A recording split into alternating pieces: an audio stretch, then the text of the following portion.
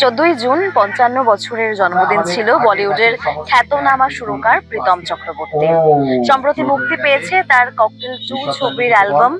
এই ছবির মাশরুকা গানটি যেমন আলোচিত তেমন বিতর্কিত। গানের সুর চুরি করা হয়েছে এমনই অপবাদ এমনই বিতর্ক এসছে প্রীতম চক্রবর্তীর বিরুদ্ধে, যদিও এই বিতর্ককে নস্যাৎ করে দিয়েছেন প্রীতম।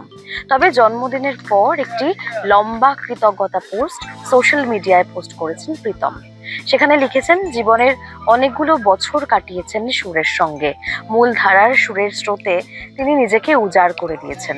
সকলের ভালোবাসা পেয়ে তিনি আপ্লুত। তবে এবছর জন্মদিনে নিজেকে অনেক কিছু উপহার দিয়েছেন প্রীতম। গানের জগৎ থেকে তাহলে কি অবসর নিচ্ছেন প্রীতম? এই ইঙ্গিত যদিও 1 বছর আগেই পাওয়া গিয়েছিল। সম্প্রতি আমরা জানি অরিজিৎ সিং অবসর নিয়েছেন প্লেব্যাক থেকে। প্রীতমও কি তাহলে সেই পথেই হাঁটছেন? যদিও সবটাই সময়ের অপেক্ষা, সময়ই বলবে আসল কারণ।